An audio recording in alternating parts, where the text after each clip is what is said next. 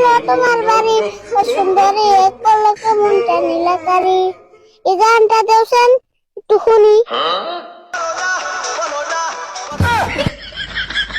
না পিতার পুলারা চাইলাম কি দিল কি।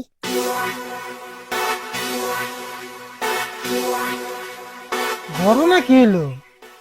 ঘরে থইলাম মোবাইল, মোবাইল নিল কারা? আর ইবুল তো নেই নাই। দেখে নই দেখো না সত্যি।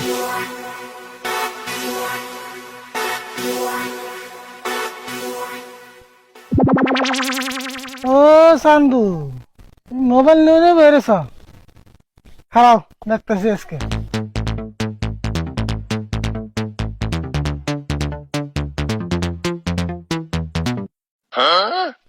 আমার সোনা বন্ধু রে তুমি কোথায় রইলা রে? এই গানটা দে, মনটা বেশি ভালো না।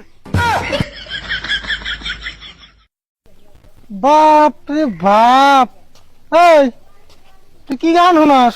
কে পরদেশি গান শুনতাছি। পরদেশের গান শোনার বয়স তো রয়েছে, আর তোর নাগাল পুলান যে পরদেশের গান শুনাস, এটা কি মানায়?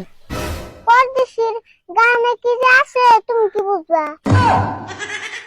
বাপ রে বাপ, যে হিসাবে কস না জানি, তুই আমার চাচা, আমি তুই তোর বাঁচতে।